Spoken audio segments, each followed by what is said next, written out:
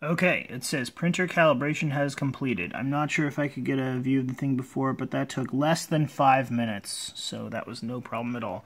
It sort of moved around, recentered itself, went up and down a little bit, and then now it's pretty much set. So the next order of business is actually going to be loading the 3D ink.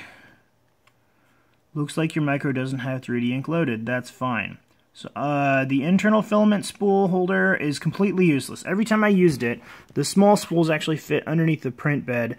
As it starts to unroll, if you can imagine this thing is unrolling, it would kind of like cross over itself and it would get caught in there. So there's no point for it to feed. It feeds a little tube that way and then comes through the back of this all the way up through this tube and then into the actual print head itself.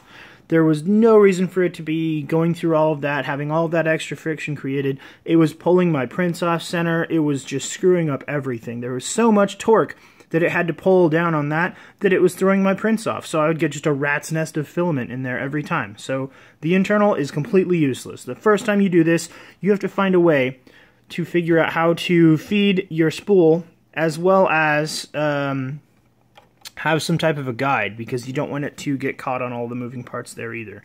So my solution was, again, this guy with a few of these little pieces that I downloaded from Thingiverse. So there's one already on there right there. My next order of business is loading filament. I'm going to stop the video and remake another one.